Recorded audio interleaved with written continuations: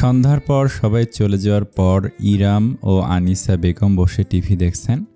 তখন আরভ ইরামের ফোনে এনে বলে, বড় মামি কল করেছেন, কথা বলো। ইরাম ফোন রিসিভ করে সালাম জানায়। অপর পাশ থেকেও সালামের জবাব নিয়ে ইরামের বড় মামি বলেন, ইরু, তো শাশুড়িকে দে। কী হয়েছে মামি, দে না। ইরাম ফোনটা আনিসা বেগমকে দেয়। দুজনের সালাম বিনিময়ের পর ইরামের মামি বলেন, বেয়ান, আগামী শুক্রবার আমার মেয়ে মিহুকে ছেলেপক্ষ দেখতে আসবে, হয়তো সেদিনে আকত হয়ে যাবে। আপনি ও ভাই কিন্তু ইরাম ও নিবিড়কে নিয়ে চলে আসবেন। আনিসা বেগম অভিনন্দন জানায়, তারপর বলেন, খুব খুশির খবর বেয়ান, কিন্তু একটা সমস্যা হয়ে গেছে যে সেদিন আমার ননদের মেয়েটারও আকত। কি বলেন? এ তো প্যাঁচ লেগে গেল।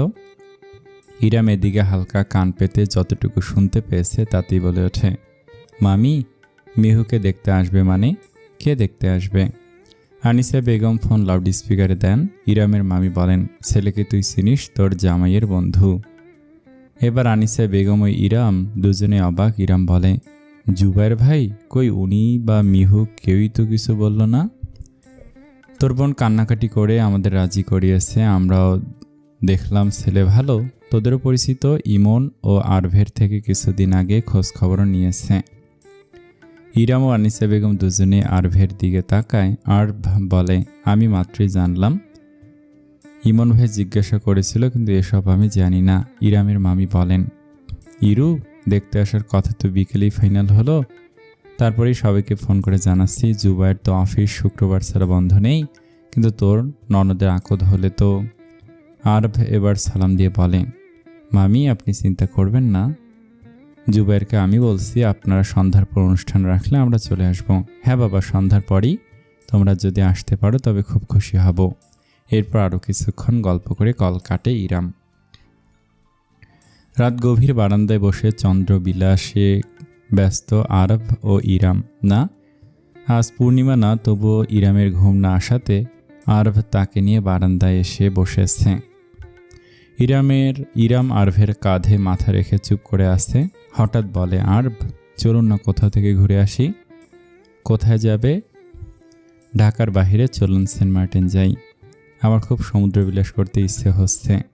আরভ মৃদু হাসল। ইরামের চুলে হাত বুলিয়ে বলল, চলো তবে, অক্টোবরে চলো, দুর্গাপূজার ছুটি পাওয়া যাবে। ইরাম চট করে বলে উঠল, তাহলে মা, আব্বা, সাব্বির, তাওহিদ সবাইকে নিয়ে যাই। আরভ ভুরু কুঁচকাল। হানিমুন ট্যুরকে ফ্যামিলি ট্যুর করে ফেলছ? আসলেই তুমি একটা আনরোমান্টিক। ইরাম মুখে হাত দিয়ে হাসে, তারপর বলে, আমার কেন যেন সবাই মিলে একসাথে বা শুধু একা ট্যুরে যেতে ভালো লাগে। তারপরও হানিমুন ট্যুর। ইরাম কপাট রাগ দেখালো, বলল, মা ও বাবা অমন টাইপের শ্বশুর শাশুড়ি না যে ছেলে বউয়ের সাথে চিপকে থাকবে। আমরা নিজেদের মতো ঘুরবো, খাওয়ার সময় শুধু একসাথে হব। আচ্ছা, কি আর করার, অন্যের বউরা বরের সাথে একা ঘুরতে যাওয়ার জন্য বায়না করে, আর তুমি একটা সিস। ইরাম মুখ বাঁকিয়ে রুমে চলে গেল। শুক্রবার প্রীতিদের বাড়িতে সকাল সকাল চলে গেছে সবাই। 2 দিন আগে সাফানের পরিবার আকদের বিষয়টা নিশ্চিত করেছে, তাই আজকে প্রস্তুতিও তেমন করেই নেওয়া হয়েছে। বাড়ির ছাদে রান্নার প্রস্তুতি চলছে, বাবুর্চি দিয়ে রান্না হচ্ছে, তাই জোহরা বেগম ও শারমিন নিশ্চিন্তে এখন সবার সাথে গল্পগুজব করছে। প্রীতিকে রেডি করছে মোহনা। রুমের দরজা বন্ধ করে অনেকক্ষণ যাবত রেডি করছে। প্রীতি, তুমি হুট করে বিয়ে করে ফেলেছ, আমি মানতেই পারছি না। কেন ভাবি? বুঝো না বোঝার মতো করে আসো, তোমার জন্য এত কিছু করলাম, অন্যের বরের পেছনে ঘুরে টাইম ওয়েস্ট আর কত করব? তাছাড়া সাফান খুব ভালো, আমাকে ভালোবাসে, তাই বলে শেষ চেষ্টা করবে না? প্রীতি বিরক্ত। মোহনার এই কয়দিন ধরে প্রতিদিন এক কথা বলাতে প্রীতি এবার বলে ওঠে, তামিম ভাইকে যদি কোনো মেয়ে এমন করে পারসিউ করতে চায় তবে তোমার কেমন লাগবে? মোহনা হাঁ হয়ে গেছে এই কথা শুনে। মানে খুব সহজ, আমি মুভ অন করছি, আর তুমি বারবার আমাকে অতীতের দিকে ঠেলে দিচ্ছ। তোমার ও তামিম ভাইয়ের জীবনেও যদি এমন থার্ড পারসন কেউ আসে তবে তুমি কি করবে? আজব প্রীতি, আমি তোমার ভালোবাসা পাও এজন্য বলছি, আর তুমি আমাকে এসব বললো? লাগবে না আমার ভালোবাসা, আমি শান্তি চাই। যেই ভালোবাসায় শান্তি নাই সেই ভালোবাসা আমার চাই না আর। ঠিক আছে, আমি তোমার কথা ভাবলাম, আর তুমি আমাকে বদদোয়া দিচ্ছ যে আমার সংসার ভাঙুক, আসলে কারো ভালো করতে নেই। এই বলে মোহনা দরজা খুলে রুম থেকে বেরিয়ে গেল। প্রীতির শুধু মুখের বেসটা মেকআপ করা হয়েছে, আর সব বাকি, যদিও সে নিজেই সাজতে জানে। এদিকে মোহনাকে বের হতে দেখে শারমিন জিজ্ঞাসা করে, প্রীতির সাজ হয়ে গেছে? না, ও একাই সাজবে বলল। এরপর মোহনা তামিমদের সাথে গিয়ে বসলো। শারমিন ও ইরাম প্রীতির রুমে যায়। প্রীতি নিজে চোখের সাজটা দিচ্ছে। শারমিন বলে, আমাকে দাও, আমি করে দিচ্ছি। এরপর শারমিন ওর মেকআপ শেষ করে, শাড়িও পরায়। সাফানদের বাড়ি থেকে পাঠানো খয়েরি জামদানিটা ইরাম প্রীতির সামনে বসে বলে, তোমাকে শাড়ি পরলে এত সুন্দর লাগে, মাশাআল্লাহ, কিন্তু আমি শাড়ি সামলাতে পারি না, আস্তে আস্তে অভ্যাস হয়ে যাবে। প্রীতি লম্বা নিঃশ্বাস ছাড়ে। জুমার নামাজের পর সাফানরা চলে এসেছে। তারপর আকত করানো হয়। সাফানের মা প্রীতির আঙ্গুলে আংটি ও গলায় একটা লকেট সহ মোটা চেন পরিয়ে দেন। তারপর প্রীতি ও সাফানকে একসাথে বসানো হয়। এদিকে 3:30 বাজতে মিহু ইরামকে কলের উপর কল করে যাচ্ছে। জুবাইরও আরবকে কল করছে বারবার, তাই বাধ্য হয়ে তাদেরকে 4টার দিকে রওনা হতে হয়। প্রীতিদের বাড়ি থেকে মিহুদের বাড়ির দূরত্ব 1.5-2 মিনিটের। 6টার মধ্যে ইরাম ও আরব ইরামের মামা বাড়িতে পৌঁছে যায়। বাড়িতে ঢোকা মাত্র এলি এসে ছো মেরে ইরামকে নিয়ে যায়। আরব গিয়ে ইমন, দিহান, নাদিমদের সাথে বসে। কি হলো, এভাবে সবার সামনে থেকে টেনে আনে? আরে ইরুপু, মিহুর কথাই করেছি, ওর যে কি হয় বলছে, ভয় নাকি করছে। ফারিন ভাবিকে তোমার রান্নার দিকে লাগিয়ে দিয়েছেন। নীলা আপু 7 মাসে প্রেগন্যান্ট, তাই শাড়ি ঠিক করে পরাতে পারছে না, তুমি ভরসা। ইরাম মিহুর দিকে তাকায়। মিহুর মেকআপ হয়ে গেছে, শুধু শাড়ি পরানো বাকি। তারপর বলে, শাড়ি পরানোর জন্য আমাকে এত তাড়া দিয়েছিস তুই? ফারিন ভাবিকে রান্নার কাছ থেকে ছুটি আনলেই হতো। মিহু ঠোঁট উল্টে বলে, ভাবি নিজেও তো রেডি হবে, আর তাছাড়া আমি কিছু রিলস বানাবো, তোমরা আমাকে সাজাচ্ছ সেই রিলস। ইরাম হাঁ করে চেয়ে আছে। নীলা বলে, এত অবাক হোস না ইরু, ওরা জেনজি, সব কিছুতে রিলস বানানো লাগে। মিহু চোখ ছোট ছোট করে বলে, ইরুপু, জেনজি? খালি তুমি 2 দিনের জন্য জেনজি হওনি, হয়েছে, বানা রিলস। রিলসের চক্করে আজ যে বিয়ে, সেটা ভুলে যাস না। মিহু বিপরীতে কিছু বলবে, ইরাম ওকে টেনে নিয়ে গেল। শাড়িটা বক্স থেকে বের করে, কাতান শাড়ি। ইরাম বলে, প্রীতির শাড়িটাও এই রঙের ছিল, তবে ওর জামদানিটা ছিল। এলি বলে, ছবি দেখাও তো প্রীতি আপুর, ওনার বরকেও দেখি। ইরাম ফোন বের করে ওদেরকে ছবি দেখাতে দেয়। তারপর সে মিহুকে শাড়ি পরাতে শুরু করে। সন্ধ্যা 7:30টায় জুবায়ের ও ওর পরিবার এসেছে। জুবায়ের আরবকে জড়িয়ে ধরে বলে, দোস্ত, তুই কিন্তু আমার পক্ষে। আরব ওর কাঁধ থেকে জুবায়ের হাত সরিয়ে বলে, না না, আমার বউ যেই পক্ষে আমিও সেই পক্ষেই। এটা ঠিক না আরব, সবই ঠিক। তোর থেকে ইনভাইটেশন পাওয়ার অন্তত 4 ঘন্টা আগে আমি আমার মামি শাশুড়ির থেকে ইনভাইটেশন পেয়েছি। দোস্ত, আমি আসলে তোকে সারপ্রাইজ দিতে। আরবকে কথা শেষ করতে দিল না, ঠেলে পাঠিয়ে দিল ওর পরিবার। যেখানে বসেছে সেখানে, জুবাইরের মুখ গোমরা করে বসে আছে সেখানে, আর ভাসছে। আকদের পর জুবাইর ও মিহুকে পাশাপাশি বসানো হয়েছে। মিহুর মাথায় বড় কপাল পর্যন্ত ঘোমটা। জুবাইর খানিকটা ঝুঁকে বউয়ের মুখ দর্শনে প্রচেষ্টায়। আর ওর ঘাড় ধরে সোজা করালো, বলল, দাঁড়া ভাই, একটু পরে মুখ দেখাবে তো। জুবাইর বোকা হেসে সোজা হয়ে বসে। ইরাম, এলি, ফারিনরা ওদের দুজনের মাথার ওপর আর একটা ওড়না ধরে। তারপর দুজনের হাতে একটা আয়না দেয়। আয়নার মাধ্যমে মুখ দেখানো হবে। এলি প্রথমে জুবাইরকে জিজ্ঞাসা করে, ভাইয়া, আয়নার কাকে দেখা যায়? জুবাইরের কোনো রা নেই। সে আয়নায় তার প্রিয়তমাকে দেখছে। মুগ্ধ দৃষ্টি তার। মিহু লজ্জায় তাকাতেও পারছে না আয়নায়। এদিকে জুবাইরকে কিছু বলতে না দেখে আরব বলে, সারা জীবন দেখার অনেক সময় পাবি, এখন বল আয়নায় কি দেখছিস? জুবাইর লাজুক লাজুক কণ্ঠে বলে, আমার বউ। সবাই হেসে হৈ হৈ করে ওঠে। এরপর মিহুকে একই প্রশ্ন জিজ্ঞেস করা হয়। এর উত্তর, আমার বর।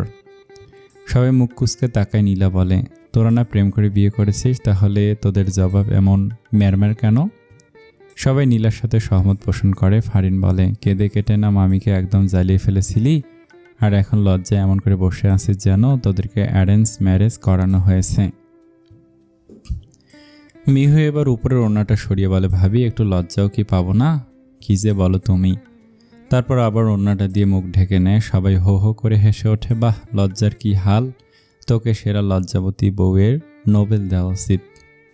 কথাটা বলে ইমন জুবাইরের কাঁধে ঠাস করে হাত রাখলো। জুবাইর আহ করে উঠলে মিহু আবার বলে ওঠে, কি হয়েছে তোমার? আরেক দফায় হাসির রোল পড়লো। এভাবেই সময় কাটলো। জুবাইরের পরিবার রাত 10টার দিকে রওনা করেছে। জুবাইর থাকবে, তবে বাসর হবে না, সবাই ছাদে আড্ডা দিবে। এই কথা শুনে জুবাইরের মুখ কালো করে আসে। আরবো ইমন এসে ওর দুই কাঁধে হাত রাখে। দিহানও সামনে একটা টুলে বসে। দিহান বলে, কি ভাইরা ভাই, মুখ এমন শুকনো কেন? কিছু না ভাই।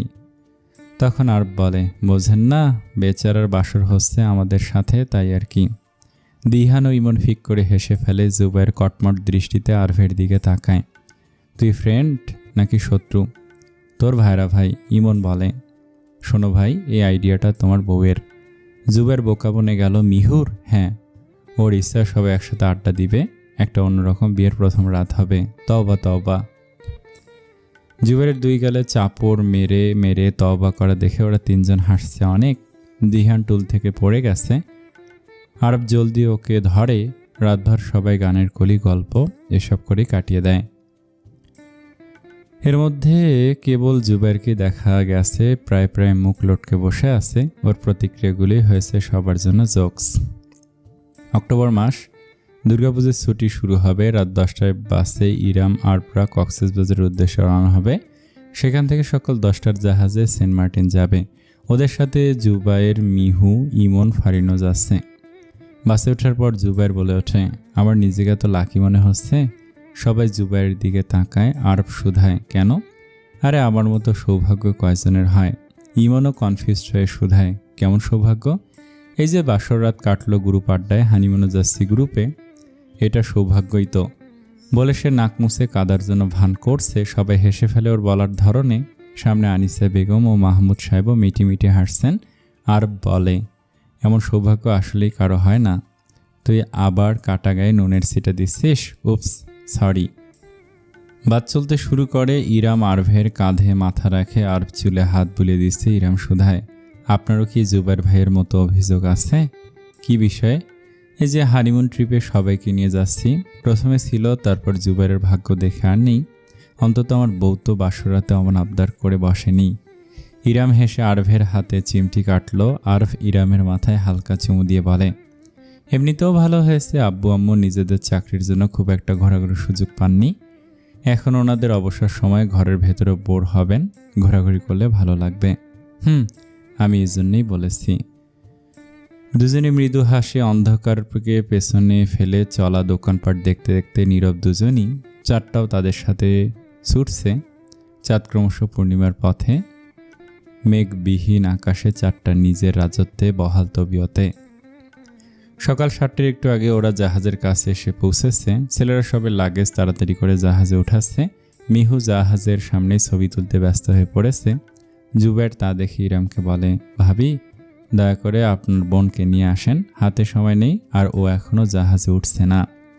ইরাম হেসে মিহুকে আনতে যায়। কিছুক্ষণ পর জাহাজ ছেড়ে দেয়। জাহাজের সামনে ও বারান্দায় সবাই ভিড় জমিয়েছে। আনিসা বেগম ও মাহমুদ সাহেব একপাশে খুব সাবধানে দাঁড়িয়ে আছেন।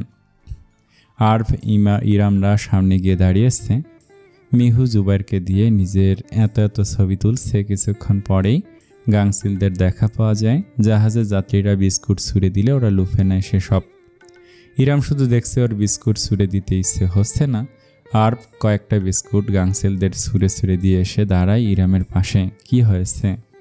কিছু না, এভাবে দাঁড়িয়ে থাকতে ভালো লাগছে। আর ভাসে। তখন হঠাৎ বড় ঢেউ আসাতে জাহাজ দুলে ওঠে ভীষণ। আরব শক্ত করে ইরামের হাত ধরে সামনে থেকে নিয়ে আসে। ইরাম মুস্কি হাসে তাতে। আরবের হাত জড়িয়ে কাঁধে মাথা রেখে বলে, আরব, আপনি আমার জীবনে আসার পর থেকে জীবনের প্রতি আমার আর কোনো অভিযোগ নেই। সত্যি? কিন্তু আমার কাছে। ইরাম প্রশ্নাত্মক দৃষ্টিতে তাকায়। আরব বলে, তোমাকে আমার জীবনে আরও আগে না পাওয়ার অভিযোগ। ইরাম লাজুক হেসে ফের মাথা নোয়ায়। সমুদ্রের বুক চিরে জাহাজের ছুটে চলা, মুগ্ধ করা বাতাস ও ঢেউয়ের গর্জনে যাত্রাটা উপভোগ্য। ওদের এই মুহূর্তটা সাব্বির ও তাওহিদ নিজেদের ডিএসএলআর ক্যামেরায় ধারণ করে। ওরা দুজনে ঘুরে ঘুরে 4 কাপলের ছবি তুলছে। তাওহিদ বলে, ওরা যদি আমাদের মোটা ট্রিট না দেয় তবে এই ছবিও ওরা পাবে না। সাব্বির বলে, নিবিড় ভাইয়ের থেকে ট্রিট কিন্তু তুই চাইবি, জীবনও সাহস হবে না তোর। ভাবির সামনে চাইবি বোকা, তাহলে ভাইয়া সুরসুর করে দিয়ে দেবে। সাব্বির ভাবে, ঠিক তো, তবে তাই করব। দুপুর নাগাদ ওরা সেন্ট মার্টিন গিয়ে পৌঁছায়। জাহাজ থেকে নেমেই ইরাম, মিহু ও ফারিন ছুটে যায় সমুদ্রের দিকে। জাহাজ থেকে নেমে ইরাম, মিহু ও ফারিন ছুটে যায় সমুদ্রের দিকে। ওদের সাথে ক্যামেরা নিয়ে সাব্বির, তাওহিদও ছুটে। আরব, ইমন, জুবায়ের লাগেজ নিয়ে রিসোর্টে যাচ্ছে। রিসোর্ট কাছাকাছি। রিসোর্টের রুমে লাগেজ রেখে আবার সমুদ্রের পাড়ে এসে দেখে ওরা 3 জন পানিতে বেশ আনন্দ করছে, একে অপরকে পানি ছিটাচ্ছে। আবার তাওহিদ সাব্বিরকেও। সমুদ্রের নীলাভ জল নিয়ে 3 তরুণীর উচ্ছ্বসিত চিত্র দেখছে তাদের প্রিয় পুরুষেরা। আরব নিজের ফোনে শুধু ইরামের কয়েকটা ছবি তোলে, প্রতিটাতে ইরাম প্রাণখোলা হাসছে। কিছুক্ষণ পেরিয়ে যাওয়ার পর সময় দেখে ইমন ডাক দেয় ওদের, লাঞ্চ করবি না? আঙ্কেল আন্টি অপেক্ষা করছে আমাদের জন্য। মিহু বলে, পরে করব ভাইয়া। মিহুর কথা শুনে জুবায়ের ফিসফিস করে বলে, ওরই পরে সন্ধ্যার পর। ফিসফিস করে বললে ইমন শুনে ফেলে। সে বলে, এটা ঠিক বলেছ, টেনে আনা ছাড়া উপায় নেই। তাহলে এখানে দাঁড়িয়ে থেকে কি লাভ, চলেন। ওরা এগিয়ে যায়। ইরাম ও ফারিন সুন্দর করেই উঠে আসে, তবে মিহু জুবায়েরকে কয়েকবার নাকনি চুবানি খাইয়েই ছাড়ে। সবাই হাসছে এই কাণ্ড দেখে। তাওহিদ ও সাব্বির সেগুলো ক্যামেরায় ধারণ করে নিচ্ছে। ইরাম হাসতে হাসতে বলে, জুবায়ের ভাইয়ের জন্য এখন মায়া হচ্ছে। আর বলে, ওর জন্য মায়া করার জন্য ওর বউ আছে, তোমার আমার জন্য মায়া করা উচিত। ইরাম কপাল কুঁচকে, কেন? আপনার জন্য মায়া করব কেন? আমি কি আপনাকে এভাবে নাকানি চুবানি খাওয়াই? না, তা করলে তো ভালোই হতো। আফসোসের সুরে কথাটা বলে আরব ইরামের দিকে তাকাতে দেখে ইরাম রাগী দৃষ্টিতে তাকিয়ে আছে। তারপর পলক না ফেললেই ইরাম আরবকে টেনে সাগরে নিয়ে যাচ্ছে। চলেন। খুব শক্ত নাকানি চুবানি খাওয়ার। আরব হাসতে হাসতে যাচ্ছে। জুবায়ের আরব ও ইরামকে দেখে হাঁপাতে হাঁপাতে বলল, দোস্ত আমারে বাঁচা, আপনার বন্ধু আগে নিজেকে তো বাঁচাক। এই বলে ইরাম আরবের ঘাড় ধরে ওকে চুবানো শুরু করে। মিহু ও জুবায়ের হতবাক হয়ে যত্রই দাঁড়িয়ে দেখছে। ফারিন তাকায় ইমনের দিকে। ইমন মেকি হেসে বলে, আমি ওদের মতো না, আমি জানি আমি খুব লাকি। ফারিন মুচকি হাসে। 8 ঘন্টা পর ওরা সাগর থেকে উঠে রিসোর্টে যায়। বিকেলে হাঁটতে বের হয় রিসোর্টের চারপাশে। রিসোর্টটা খুব সুন্দর ও কাঠের তৈরি সবগুলো ঘর। এখানে রাতে বারবিকিউ পার্টি হবে। ওদের রুমগুলো বারান্দা থেকে সাগর দেখা যায়। ইরাম, আনিসা বেগম হাঁটতে হাঁটতে বলেন, 15 বছর আগে যখন এসেছিলাম তখন এত রিসোর্ট ছিল না, পরিচিত একজনের বাসায় থেকেছিলাম। আর বলে, মোসাদ্দেক আঙ্কেলের বাড়িতে, তাই না মা? হ্যাঁ, তোর মনে আছে, থাকবে না কেন? তখন আমি ক্লাস 9-এ পড়ি। ইরাম বলে, মা তাহলে ওই আঙ্কেলের বাড়ি থেকে ঘুরে আসি। ওনারা এখানে আর থাকেন না, আরও কয়েক বছর আগে নিজেদের বাড়ি বিক্রি করে চলে গেছে চট্টগ্রামে। তোমার আঙ্কেলের কলিগ ছিলেন সেনাবাহিনীতে, ওনার বাবা মা থাকতেন এখানে। ওনাদের মৃত্যুর পর মোসাদ্দেক ভাই সেন্ট মার্টিনের বাড়িটা শুধু শুধু পড়ে আসছে বলে বিক্রি করে দেন। এত সুন্দর সুন্দর রিসোর্টের মধ্যে পুরনো বাড়িতে কি আর কেউ থাকতে চায়? আমি জানি এখন বছরে শুধু 2 থেকে 3 বার সেন্ট মার্টিনে রাতে থাকা যায়, তাই এই নিষেধাজ্ঞা আসার আগের সময় মনে করে গল্প পড়বেন। রিসোর্টের ভেতরে ঘোরাঘুরির পর সবাই যায় উত্তর পশ্চিমের দিকের নারিকেল বাগানে। সেখানে প্রচুর নারিকেল গাছ, এই জন্য সেন্ট মার্টিন দ্বীপকে নারকেল জিঞ্জিরাও বলা হয়। এখানে কসিটা বিক্রি করছে স্থানীয় লোকেরা। আনিসা বেগম, ইরাম, ফারিন, মেহুরা সবাই সেখানে নারকেল গাছের নিচে বালুতে বসে ডাব খাচ্ছে ও ভাটা পড়া সমুদ্র দেখছে। সময় পেরিয়ে সূর্যাস্তের সময় মাহমুদ সাহেব তারা দিচ্ছেন সূর্যাস্ত দেখতে সমুদ্রের নিকটে যাবেন, কিন্তু আনিসা বেগমের ওঠার নাম নেই। তা দেখে ইরাম, ফারিন, মিহু আস্তে আস্তে ডাবের পানিতে চুমুক দিচ্ছে আর মিটি মিটি হাসছে। আচমকা আনিসা বেগম ধমকে উঠলেন, তুমি যাও না, আমরা মামেরা এখান থেকে বসে সূর্যাস্ত দেখতে পারি। এখানে দেখে সূর্যাস্ত দেখে মজা আছে, সামনে গিয়েই না দেখতে হয়, ছবি তুলবো আমরা। এত ছবি আজকে তুলতে হবে না, আমার এখানেই ভালো লাগছে। তোমার ভালো না লাগলে তোমার ছেলেদের নিয়ে যাও। মাহমুদ সাহেব মন খারাপ করে ফেললেন। ইরাম তখন ডাব শেষ করে উঠে দাঁড়ায়। মাহমুদ সাহেবকে বলল, চলেন বাবা, আমি যাচ্ছি আপনার সাথে। মাহমুদ সাহেবের মুখে এক চিলতে হাসির রেখা ফুটল। চলো, আমরা বাপ মেয়েরাই সূর্যাস্ত দেখি। কথাটা বলে তিনি নিজের স্ত্রীর দিকে তাকালেন। আনিসা বেগমের হাসি পেলেও তিনি মুখ ঘুরিয়ে নিলেন। ইরাম তার শ্বশুরের সাথে যেতে যেতে পেছন ঘুরে আরবকে উদ্দেশ্য করে বলল, এই যে মিস্টার পার্সোনাল ফটোগ্রাফার, আপনিও চলেন, ছবি তুলে দিবেন। আরব মাথা চুলকে হেসে ওদের সাথে যায়। তারপর আনিসা বেগম বলেন, এই লোকের কিছু ঘাটতারা নিয়ম আছে। সূর্যাস্ত সূর্যোদয় সমুদ্রের একদম কাছে গিয়েই দেখতে হবে। মিহু উৎসাহী হয়ে শুধায়, এমন কোনো ঘটনা আছে আন্টি? বলেন না। গতবার যখন এসেছিলাম থেকেছিলাম তো 2 রাত। প্রথম দিন এসে দুপুরের খাবার খেয়ে ঘোরাঘুরি করে সূর্যাস্ত দেখলাম সমুদ্র পাড়ে। দ্বিতীয় দিন বিকেলে ভাবলাম, তখন বড় একটা হোটেল ছিল, ভেতরে অনেক সুন্দর, সেটাতে গিয়ে দেখি তো 2 ছেলেকে নিয়ে ঢুকলাম। ঢুকে ছবি তুলবো আর তার তাড়া দেওয়া শুরু। পরে আমাদের ফেলে সে বিচে চলে গেছে। আমরা সূর্যাস্তের পর যাওয়াতে তার সেই কি রাগ, এখানে কি সে হোটেলের বাগান ঘুরতে এনেছেন, এসব বলে বলে মাথা খারাপ করে দিচ্ছিল। আজকে দুপুরে খাওয়ার সময় দেখলে না, আমি করলা ভাজি খোঁজাতে মুখ ফুলিয়ে রেখেছিল। ফারিন বলে, আমি যে চিকেন খুঁজেছিলাম তাতেও তো গোসা করেছেন। তোর কথা, মুরগি এসব তো সারা বছরই খাওয়া যায়, সামুদ্রিক ফিশ কি আর সবসময় খাওয়া হয়? মেরিন মেখে হাসলো, সে সব সামুদ্রিক মাছ খায় না। আর দেরিতে দুপুরের খাওয়ার জন্য যাওয়াতে পোয়া মাছের ঝোল আর লাক্ষা মাছ ভাজা ছিল। ফারিন পোয়া মাছ খায় না, লাক্ষা মাছও তার তেমন পছন্দ না। তাও যেহেতু মুরগি পায়নি তাই কোনো মতে তা দিয়েই খেয়ে ওঠে। সূর্য সমুদ্র গর্ভে বিলীন হওয়ার পথে ইরাম ছোট ছোট ঝিনুক কুড়াচ্ছে আর ছবি তুলেছে ইরামের। মাহমুদ সাহেব নীরবে দাঁড়িয়ে সূর্যের শেষ অংশটুকু ডুবে যাওয়া দেখছেন। তখন আনিসা বেগম তার পাশে এসে দাঁড়ালেন। মাহমুদ সাহেব এক পলক ওকে দেখে বললেন, ওখান থেকেই না দেখবে বলেছিলে? ভাবলাম ঘাটতারা লোকটার কথা একটু শুনি। অতপর দুজনের দিকে তাকিয়ে হেসে ফেলে। এদিকে ইমন ফারিনের ছবি তুলছে। তখন ওর ফোন ভেজে ওঠে। ফোনের স্ক্রিনে মায়ের নাম্বার দেখে রিসিভ করে। ফোনের অপর পাশ থেকে ইয়াসমিন বেগম যা বললেন তা শুনে ইমন হতবাক হয়ে যায়। কি বলছো মা? রাকিব কোমা থেকে ফিরেছে কিন্তু কাউকে চিনতে পারছে না। ফোনের অপর পাশ থেকে ইয়াসমিন বেগম দীর্ঘ নিঃশ্বাস ছেড়ে ফের বললেন, কি যে করবো বুঝতে পারছি না। তোর বড় ফুপু দুপুরে কল করে কাঁদতে কাঁদতে জানালো। তারপর আমরা হসপিটালে এসে দেখি ঘটনা সত্যি, কাউকেই চিনতে পারছে না আর হসপিটালে থাকবে না বলে পাগলামি করছে। তোর বড় ফুপু ছবি এনে দেখাচ্ছে, তাতে কিছুটা মানলেও ওকে শান্ত রাখা যাচ্ছে না। ইমন চিন্তায় পড়ে গেল। শুধালো, ডাক্তার কি বলে? ডাক্তার বলেছেন মেমোরি ফিরবে, তবে সময় লাগবে, মেডিসিন। রাবেয়া বেগম এসে ইয়াসমিন বেগমের হাত থেকে ফোন কেড়ে নিলেন।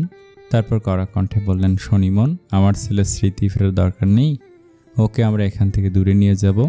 তোর বোনের জন্য আমার ছেলেটা মরতে গিয়েছিল, এবার আমি তোর বোনের ছায়া আমার ছেলেকে মারাতে দিব না। ইমন বিপরীতে কিছু বলল না। রাবেয়া বেগম এরপর কল কেটে দিলেন। ইমন সমুদ্রের দিকে তাকালো। ফারিন তাকে হাতির ইশারা ডাকছে।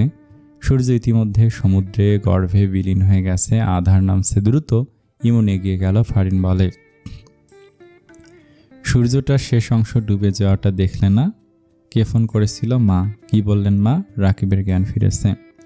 এ তো খুব ভালো খবর। রাকিব ভাইয়া কেমন আছেন এখন? ওর কোনো স্মৃতি নেই। ফারিন বুঝতে পারে না মানে? ও কাউকে চিনতে পারছে না, নিজের নামটা পর্যন্ত জানে না। ফারিন অবাক হয়ে যায়। এখন ফুপি বললেন উনি চান না রাকিবের স্মৃতি ফিরুক। না ফিরুক মানে? উনি কি ভাইয়ার ট্রিটমেন্ট করাবেন না? জানি না। তখন জুবাইরের ডাক আসে, ইমন ভাই, ভাবি এদিকে আসেন। ফারিন যেতে নিলে ইমন ওকে বলে, এই খবর ওদের বলার দরকার নেই। ফারিন বুঝে মাথা নাড়ে সে। অতপর দুজনে একসাথে যায়। সন্ধ্যার পর রিসোর্টে বারবিকিউ পার্টি হচ্ছে। আনিসা বেগম এবং মাহমুদ সাহেব বিশ্রাম নিচ্ছেন। ওনাদের জন্য খাবার রুমে পৌঁছে দেওয়া হবে। ইমন ও ফারিনও রেস্ট করছে। জুবাইর, মিহু, সাব্বির, তাওহিদ রিসোর্টের অন্যান্য ট্যুরিস্টদের সাথে আনন্দ করছে। কেউ গিটার বাজাচ্ছে, কেউ গান গাচ্ছে। এদিকে ইরাম ও আরব সাগর পাড়ে হাঁটতে বেরিয়েছে। আস্তে আস্তে সাগরে জোয়ার আসছে। আকাশে আজ চাঁদ পরিপূর্ণের পথে। ইরাম আরফের হাত জড়িয়ে হাঁটতে হাঁটতে জিজ্ঞাসা করে, আচ্ছা আরব, সন্ধ্যায় মা তরি ভাবির সাথে কথা বলার সময় ভাবি বলল বাচ্চার জন্য নাম ঠিক করতে। আপনি কিছু ভেবেছেন? না, নামটাও আমি ভাবতে পারি না। ভাইয়া ভাবি ভেবে নিবে। আরে ওনারা আমাদের বলল নাম ভাবতে, আর আপনার কোনো গুরুত্বই নেই বলে ইরাম খানিক ভাবল। আর ওকে ভাবতে দেখে বলল, নাম নিয়ে তুমি এত এক্সাইটেড কেন? এক্সাইটেড হব না? আমি কাকি হব। আপনার তো আমার থেকে বেশি এক্সাইটেড হওয়ার কথা। যাই হোক, আমি একটা নাম ভাবলাম মাত্র, তটিনী। কেমন নামটা? আর মৃদু হাসলো, তারপর বলল, শোনো, নাম নিয়ে এত ভেবো না। ভাইয়া ভাবি সবাইকে বাচ্চার নামের জন্য বলে রেখেছেন। কষ্ট করে আশা নিয়ে একটা ভেবে তাদেরকে বললাম, আর সেই নাম রাখবে না, তাই আমি অন্য কারো বাচ্চার নাম ভাবতে যাই না। তার চেয়ে বরং চলো আমরা আমাদের বাচ্চার নাম ভাবি। ইরাম বাঁকা দৃষ্টিতে তাকালো। অন্ধকার হলেও আরভের বুঝে নিল। আরভের বাহুতে আলতো মেরে ইরাম বলে, সবসময় আউট অফ দ্য বক্স কথা বলতে হয় আপনার? আরে ভুল কি বললাম? তোমার তো বাচ্চাদের নাম ভাবতে ভালো লাগে, নিজের বাচ্চার নামই ভাবো। দ্যাট, আপনার সাথে কথাই বলাই বেকার। ইরাম হাত ছাড়িয়ে আগে আগে হাঁটতে শুরু করে। আরব ডাকে ওকে। যত ডাকে তত বড় বড় পা ফেলে হুট করেই দুজনেই ছুটতে শুরু করে। ইরাম হাসতে হাসতে আগে আগে ছুটছে। আরব ওকে ধরার জন্য পেছন পেছন ছুটতে ছুটতে সাগরের পানিতে খেলছে দুজন। খিলখিল ধ্বনি সাগরের গর্জনের সাথে মিশে যাচ্ছে। পরদিন সকালে নাস্তার পর প্রবাল দ্বীপে যাওয়ার জন্য ট্রলারে উঠেছে। ঘন্টা সময় লাগে প্রবাল দ্বীপে যেতে। যাওয়ার সময় সকালের তীর্যক রোদ চোখে মুখে লেপটে যাচ্ছে। ঢেউয়ের ধাক্কায় ট্রলার দুলছে খানিকটা। আনিসা বেগম সবাইকে কিনারে বসতে ও নিষেধ দাঁড়াতে বলেছেন, নিষেধ করতে, কিন্তু মিহু দাঁড়িয়ে ট্রলারের এক মাথায় দাঁড়িয়ে ছবি তুলছে। এ নিয়ে জুবাইরকে জ্বালাচ্ছে ভীষণ। জুবাইর হচ্ছে ভীতু প্রকৃতি, সে মোটেও দাঁড়ানোর সাহস পাচ্ছে না। খোলা চুলে ইরাম ট্রলারের কিনারায় বসে বসে দেখছে। আরবর পেছনে বসে পেছন থেকে জড়িয়ে ধরলে ইরাম তৎক্ষণাৎ মা বাবা ভাইয়া ভাবি কেউ দেখছে কিনা তা দেখে। কি করছেন? মা বাবা দেখবে তো? দেখবে না, ছাড়ুন। কেউ দেখলে কি ভাববে? কিচ্ছু ভাববে না। আমার একটা মাত্র বউ বসেছে ও সাইডে, পরে টেরে গেলে তো আমাকেই দেখতে হবে। ইরাম ভুরুকুসকে তাকায় আর আলতো করে ওর গালে চুমু আঁকে। লাজুক হাসে ইরাম। প্রবাল দ্বীপে নামার পর সবাই যে যার মতো ঘুরছে, ছবি তুলছে। ট্রলার ছাড়ার সময় বলে দিয়েছে ওই সময়ের মধ্যেই ট্রলারে আবার উঠতে হবে। ইরামও প্রবালের ওপর বসে ছবি তোলে। সাব্বির, আরব ও ইরামের কাপল ছবি তুলে দেয়। এরপর ইরাম খালি পায়ে প্রবালের ওপর দিয়ে হাঁটতে গেলে আরব সতর্ক হয়ে কোনো প্রবাল পিস্তল দেখলে সেটাতে পানা রাখতে বলছে। আরব, আপনি কি ভাবছেন আমি পড়ে যাব? না, ভাবার কি আছে, রেকর্ড আছে তোমার। ওটা অ্যাক্সিডেন্ট ছিল। আমি সেই অ্যাক্সিডেন্টের রিস্কই বা নেব কেন? পড়ে গিয়ে পা কেটে গেলে তো আমাকেই কোলে তুলে নিতে হবে। কি বললেন? আর মুখ ঘুরিয়ে মিটিমিটি হাসে। ইরাম রাগ করে প্রবাল থেকে নেমে ডাব যেখানে বিক্রি করছে সেখানে যাচ্ছে। আর হাসতে হাসতে নিজে গেল পিছু পিছু একটা ডাব কিনে ইরামকে দিয়ে বলে, ডাব খেয়ে মাথা ঠান্ডা করো। আরব এক কান ধরে হাসলো। ইরাম মুখ ঘুরিয়ে ডাব খাচ্ছে। এদিকে হসপিটাল থেকে রাকিবকে আজ রিলিজ দিয়েছে। রাবেয়া বেগম গাড়িতে ওঠার আগে স্বামীকে বলেন, লন্ডনের টিকিট কাটেন, আমরা যত তাড়াতাড়ি সম্ভব এখান থেকে চলে যাব। রাকিবের বাবা বললেন, তুমি ডাক্তারকে কি বললে? এটা মেডিসিন দিতে না করলে কেন? রাকিবের স্মৃতি না ফেরে জানো এটা কেন বললে? যা বলেছি তোমার ছেলের ভালোর জন্যই বলেছি। ও তো আমাদেরকে মা বাবা হিসেবে মেনে নিয়েছে, এতেই হবে, ওর স্মৃতির কোনো দরকার নেই। এই বলে রাবেয়া বেগম গাড়িতে উঠে বসেন। ওনার স্বামী দীর্ঘ নিঃশ্বাস ছেড়ে নিজ গাড়িতে উঠে বসলেন। নভেম্বরের শেষার্ধ সেন্ট মার্টিন থেকে ওরা ফিরেছে আজ 3 সপ্তাহ। এরপরই আর ভার্সিটির রিসার্চ ও ক্লাস এসব নিয়ে ভীষণ ব্যস্ত হয়ে পড়েছে। এখন বাড়ি ফিরতে ফিরতে তার রাত 8টা বেশি বেজে যাবে। ইরামের সময় আগের মতোই শ্বশুর শাশুড়ির সাথে কেটে যায়। কিছুদিনের মধ্যে ওনারা চলে যাবেন। প্রথমে লন্ডনে আনিসা বেগমের বোনের বাড়িতে যাবেন, সেখানে কিছুদিন থেকে তারপর যাবেন ব্রিস্টলে। ইরাম আজ আনিসা বেগম, তাওহিদ ও সাব্বিরের সাথে বেরিয়েছে। আনিসা বেগম আর তার বোন ও বোনের ছেলেমেয়েদের জন্য দেশি কিছু উপহার নেবেন, তাই এনেছেন কেনাকাটা করতে। ইরামের কথা শুনে তিনি বসুন্ধরা সিটিতেই এসেছেন। আরঙ্গে একটু ঘোরাঘুরি করে সেখান থেকে হ্যান্ডক্রাফটের কিছু শপিস নেয়। তারপর অন্যান্য দেশীয় ব্র্যান্ড থেকে জামদানি শাড়ি, পাঞ্জাবি, 3 পিস সব কিনে নেয়। সাথে নিজেদের জন্য তরি, নাবিল ও ওদের অনাগত সন্তানদের জন্য কেনাকাটা করে। কেনাকাটার শেষে লাঞ্চ সেখানেই করবে। ফুড কোর্টে গিয়ে 4 জনে বসে। হঠাৎ তাওহিদ কাউকে দেখে ইরামকে ডাকে, ভাবি, ওই লোকটা আপনার কাজিনের মতো দেখতে না? ইরাম তাকায় তাওহিদের ইশারা মতো। যাকে দেখাচ্ছে সে ফুড কোর্টে ঢুকে তাদের থেকে কিছুটা দূরে বসেছে। ইরাম দেখলো রাকিবকে দেখাচ্ছে। সে শুনেছিল রাকিবের কথা। রাকিব সব ভুলে গেছে জেনে তার নিজেরও স্বস্তি ফিরেছিল। ইরাম দৃষ্টি সরিয়ে নিল, হালকা মাথা নাড়ল। প্রত্যুত্তরে সাব্বির বলল, ডাকি ওনাকে। ওনার নামটাই তো জানি না ভাবি, ওনার নাম কি? ইরাম বাধা দেয়, ডাকার দরকার নেই, উনি আমাদের চিনবেন না। কেন ভাবি? প্রশ্নটা করতে তাওহিদ সাব্বিরকে চুপ করে ইশারা করে। ইরাম এক পলক রাকিবের দিকে তাকিয়ে আর তাকায় না। খাওয়া দাওয়ার পর নিচের লেভেলে জুতার ব্র্যান্ডগুলোতে দেখতে যাবে, তাই অ্যাক্সেলেটার করে নিচে নামছে ইরাম, সাব্বির, তাওহিদ, সবার হাট ভর্তি ব্যাগ। সবার পেছনে ইরাম নামছে। এসকেলেটর থেকে নামার সময় ব্যাগের কারণে ব্যালেন্সে সামান্য হেরফেরের কারণে ইরাম হালকা হোঁচট খেলে পেছন থেকে কেউ ইরামের বাহু ধরে। চমকায় ইরাম, দ্রুত নিজেকে সামলে নিয়ে দেখে রাকিব দাঁড়িয়ে। Careful miss. ইরাম খানিকটা ঘাবড়ালো রাকিবকে দেখে, অতবার কৃত্রিম সহজ ভাব দেখিয়ে ধন্যবাদ জানিয়ে ঘুরে হাঁটা ধরল। তন্মধ্যে পুনরায় রাকিবের কণ্ঠস্বর শুনতে পায়, সে ডাকছে ইরামকে। May I know you miss, somehow you look. Iram তৎক্ষণাৎ ঘুরে তড়িঘড়ি করে বলে, no, I don't know each other, you don't know me. তারপর আর কালক্ষেপণ না করে আনিসা বেগমরা যেদিকে গেছে সেদিকে দ্রুত পা বাড়ায়। রাকিব যত্রে দাঁড়িয়ে দেখে মেয়েটির চলে যাওয়া। অদ্ভুত ঠেকে তার কাছে ইরামকে ছুটে আসতে দেখে আনিসা বেগম শুধালেন, কী হয়েছে, এভাবে ছুটছো কেন? কিছু না মা, চলো। আচ্ছা জুতো দেখো তো, নিউ কালেকশনে নাকি এসেছে। ইরামের এখন জুতো দেখার মন নেই। সে বলে, মা, বাবা কখন আসবে? তার বাবা কল করেছিলেন, লাঞ্চের পর ওনারা আড্ডায় বসেছে, আমি বলেছি তাড়াতাড়ি যেন আসে। ইরাম সময় দেখছে আর শোরুমের প্রবেশপথ দেখছে। এই ব্র্যান্ড রাকিবের পছন্দের ব্র্যান্ড। যদি এখানে আসে, ইরাম ভাবছে রাকিব তখন কি বলতে চেয়েছিল সে তো সব ভুলে গেছে। তাহলে ইরামের চেহারায় কিছুটা তার বড় ফুপুর মতো, নাক ও ভুরুর অংশটা চোখ তার বাবার মতো, এজন্যই কি বলেছিল। ভাবনার সেট ঘটে ফোনের রিংটনে। আর কল করেছে। ইরাম বড় করে নিঃশ্বাস ছেড়ে কল রিসিভ করে। কোথায় এখন তোমরা? বসুন্ধরাতে। লাঞ্চ করেছো? আপনি করেছেন? হ্যাঁ, আজ তাড়াতাড়ি বাসায় ফিরবো ভেবেছিলাম, কিন্তু তারপর মনে পড়লো তোমরা তো সব ঢাকায় গিয়েছ। আমরাও চলে আসবো। বাবাও গেট টুগেদার থেকে বের হবেন, তারপর আমাদের নিয়ে আসবেন। কথোপকথনের মধ্যে আরব ইরামের কণ্ঠস্বরে কিছু অনুভব করলো। সে শুধালো, তোমার কি শরীর খারাপ লাগছে? না। তাহলে এমন লাগছে কেন কণ্ঠ? এমনিতে এত ঘোরাঘুরি করে শপিং করা তো একটু টায়ার্ড আর কি। আচ্ছা, বাবাকে আমি কল করছি, তোমাদের আর কিছু কেনাকাটা বাকি থাকলে দ্রুত করে নাও। কল কেটে ইরাম শাশুড়ি ও দেবরের দিকে তাকাতে দেখে সাব্বির ও রাকিব একই জুতো দেখছে। ইরাম চমকে ওঠে। সে রাকিবকে এখানে আসতে দেখেনি। সাব্বির আবার কিছু বলে কি না। ইরাম দ্রুত সাব্বিরকে কল করে। আসসালামু আলাইকুম। আর এক পর্ব আছে। এই পর্ব কেমন লাগলো কমেন্টে জানান। এখন থেকে নিয়মিত এই চ্যানেলে গল্প আসবে। আসসালামু আলাইকুম।